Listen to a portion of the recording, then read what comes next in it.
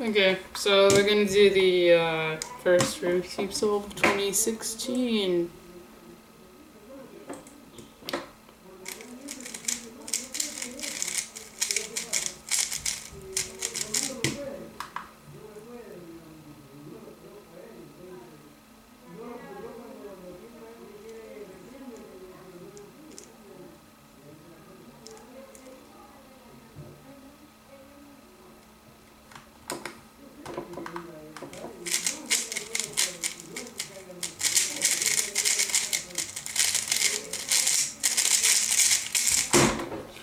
Okay.